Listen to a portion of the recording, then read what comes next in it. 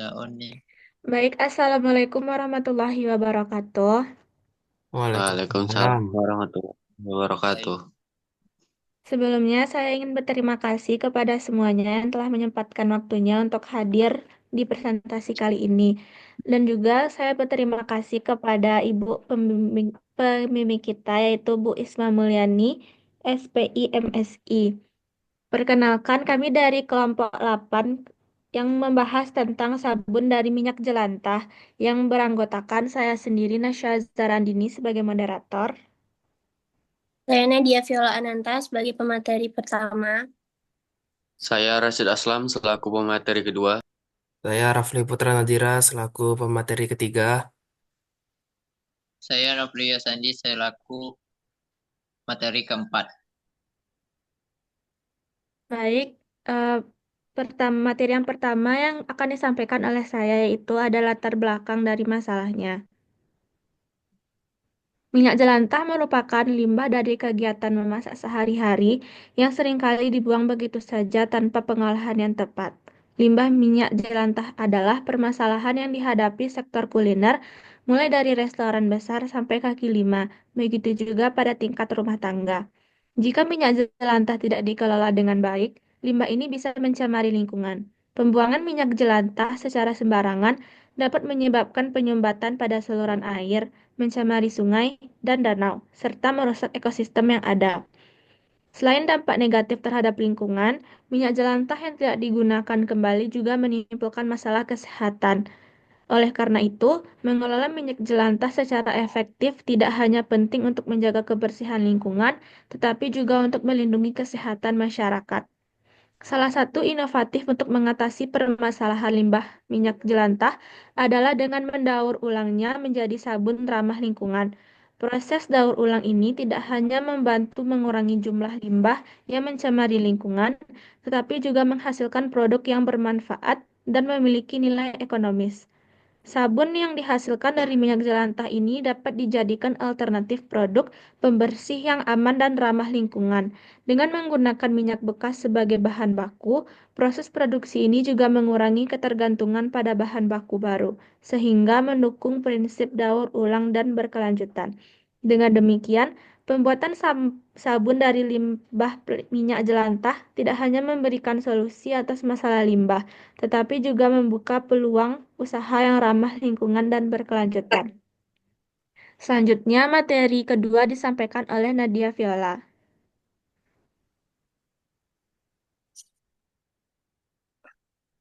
Baiklah, selanjutnya itu ada potensi dan peluang pasar. Dalam konteks proposal kewirausahaan ini, target pemasaran produk sabun ramah lingkungan berbasis limbah minyak jelantah akan diarahkan kepada segmen pasar yang memiliki kepedulian tinggi terhadap isu-isu lingkungan dan keberlanjutan. Segmen utama yang menjadi fokus adalah rumah tangga yang secara aktif mencari produk-produk yang aman dan ramah lingkungan, sehingga dapat mengurangi dampak negatif pencemaran. Selain itu, segmen bisnis seperti hotel, restoran, dan penginapan yang menerapkan konsep green business yang menjadi target strategis mengingat mereka ingin menonjolkan citra positif melalui penggunaan produk yang mendukung praktik keberlanjutan. Selanjutnya, pemasaran melalui media digital dan platform e-commerce juga merupakan strategi penting untuk menjangkau konsumen muda, terutama generasi milenial dan Gen Z yang melek teknologi serta aktif di media sosial. Melalui penerapan strategi pemasaran yang terintegrasi, seperti kampanye digital, kerjasama dengan komunitas lingkungan, dan partisipasi dalam event ramah lingkungan, produk sabun ini diharapkan dapat meraih target pasar yang luas dan beragam. Pendekatan pemasaran yang inovatif ini tidak hanya mendongkrak penjualan, tetapi juga memberikan kontribusi nyata dalam meningkatkan kesadaran masyarakat tentang pentingnya pengelolaan limbah dan pemanfaatan produk berbasis daur ulang. Dengan demikian, usaha kewirausahaan ini tidak hanya menawarkan peluang bisnis yang menguntungkan secara ekonomi, tetapi juga mendukung pertumbuhan ekonomi hijau dan keberlanjutan lingkungan. Oleh karena itu, kami sebagai mahasiswa kewirausahaan mempunyai ide usaha untuk menjual sabun ramah lingkungan yang terbuat dari minyak jelantah. Program kewirausahaan yang dibuat adalah terkait produk sabun ramah lingkungan, inovasi pemanfaatan minyak jelantah dalam produksi sabun ramah lingkungan. Produk sabun ini merupakan alternatif mudah dan efisien ini untuk mengurangi minyak jelantah yang dapat produk yang kami tawarkan mempunyai manfaat yang cukup banyak, sehingga konsumen yang tertarik terhadap sabun ramah lingkungan.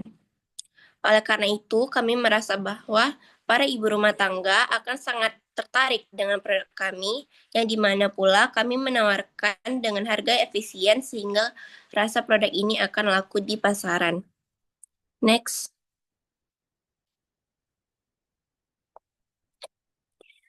Selanjutnya itu ada tujuan. Tujuan dari program kewirausahaan inovasi pemanfaatan minyak jelantah dalam produksi sabun ramah lingkungan agar menciptakan inovasi baru dalam bidang kewirausahaan di bidang lingkungan dengan pembuatan produk yang mudah dan kreatif. Selanjutnya ada manfaat. Adapun manfaat program kewirausahaan inovasi pemanfaatan minyak sabun ini adalah menghasilkan produk sabun ini diharapkan menjadi sabun yang ramah lingkungan serta dapat mengatasi limbah minyak jelantah. Selain itu dapat meningkatkan mitra yang berhubungan dan menjadi daya tarik. Dan yang terakhir, luaran. Luaran dari kegiatan PKMK, inovasi pemanfaatan minyak jelantah dalam produksi sabun ramah lingkungan, diantaranya adalah yang pertama laporan kemajuan, yang kedua laporan akhir, yang ketiga produk dan aktivitas usaha, dan yang terakhir akun media sosial. Selanjutnya saya kembalikan ke moderator.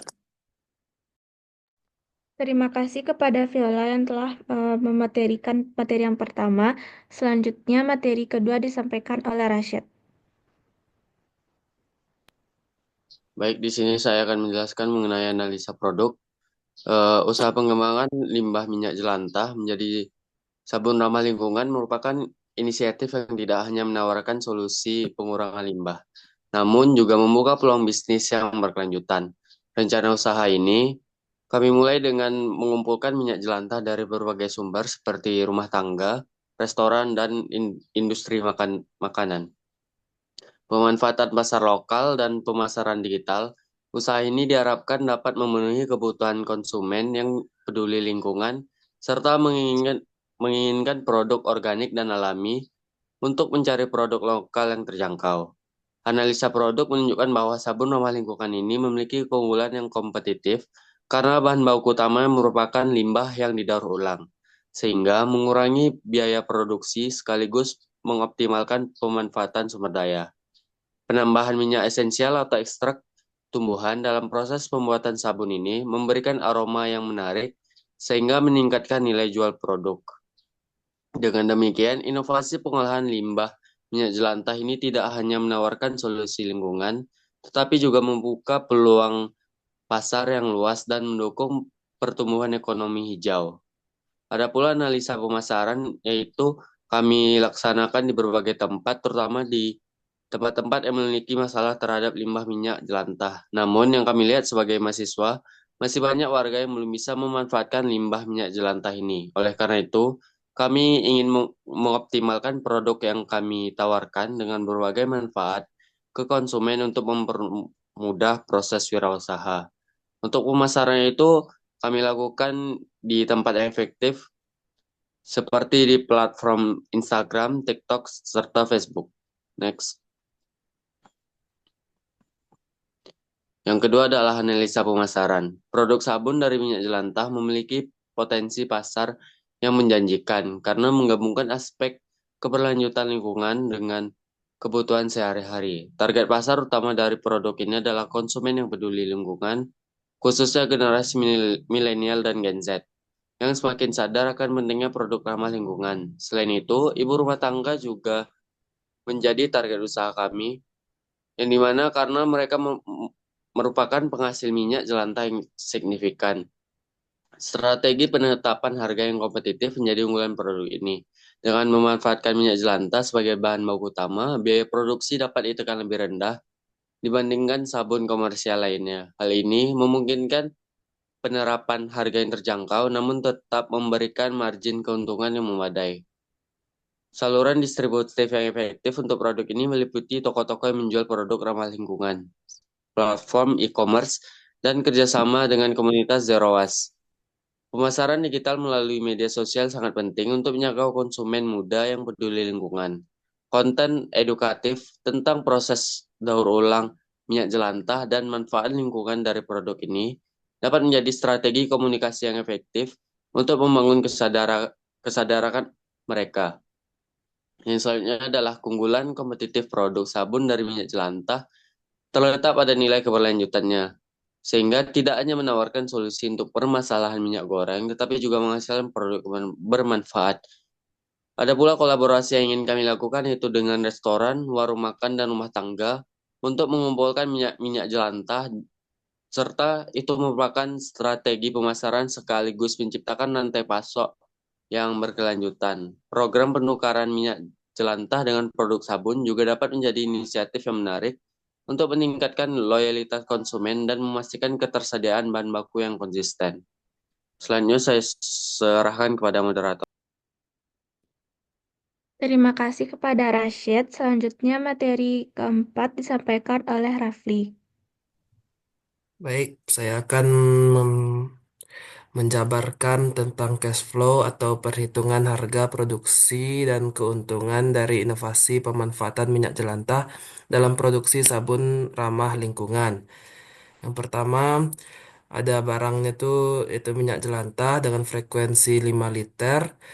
Eh, kita kan ngambil eh, dari produk-produk dari rumah tangga atau meminta di sebagian dari perdagangan. Nah, selanjutnya ada caustic soda dengan frekuensi 2 kilogram dengan harga satuannya 18.000 dan jumlahnya 36.000. Selanjutnya ada minyak esensial dengan frekuensi satu piece dan harganya 10.000.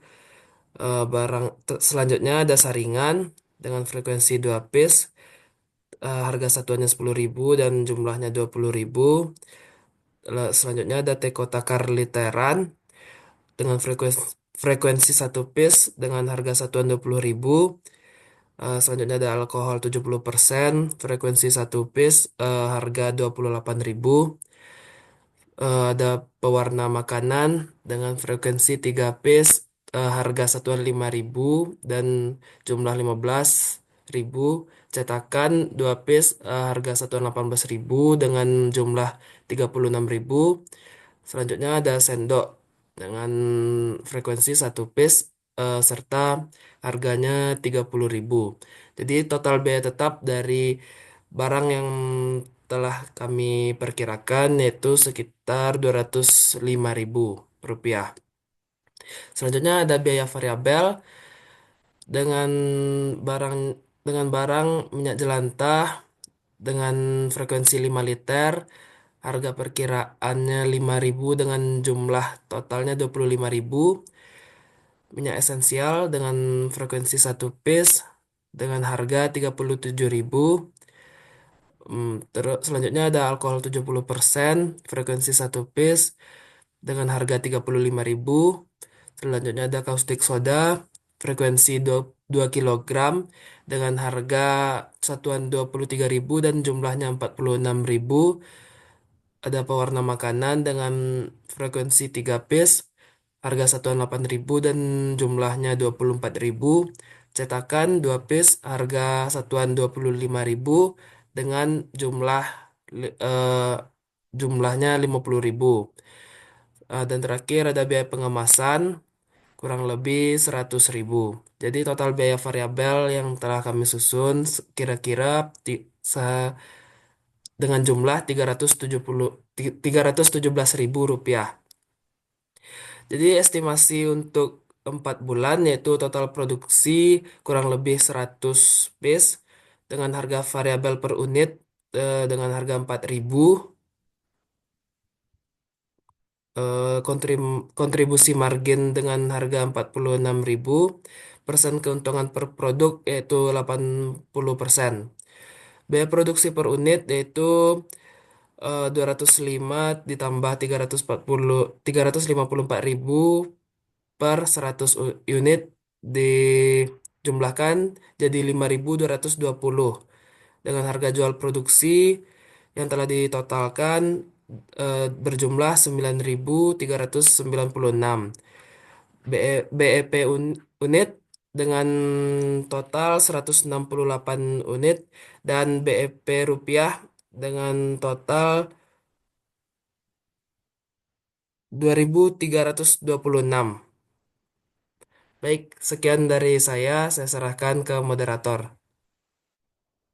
Terima kasih kepada Rafli. Selanjutnya materi kelima disampaikan oleh Sandi.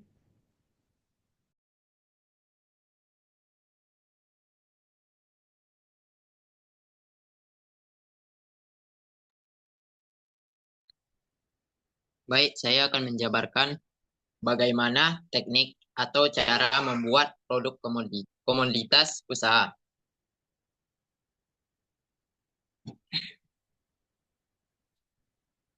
Satu, teknik untuk membuat sabun dari minyak jelantah.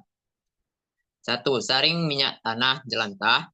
Dua, tuang ke teko ukur. Tiga, campurkan kaustik soda. Empat, aduk hingga warnanya putih. Lima, tuang ke dalam cetakan lalu tunggu lebih kurang 2 minggu. 3.2, pengemasan dan pemasaran. Proses pengemasan setelah sabun jadi, produk dikemas ke dalam wadah yang telah didesain. Sabun dikemas menggunakan plastik. Pengemasan sabun ini bertujuan untuk produk kebersihan dan terlihat lebih menarik di mata masyarakat dengan bentuk yang unik, serta bentukan kemasan yang mudah dibawa kemana saja dan ringan.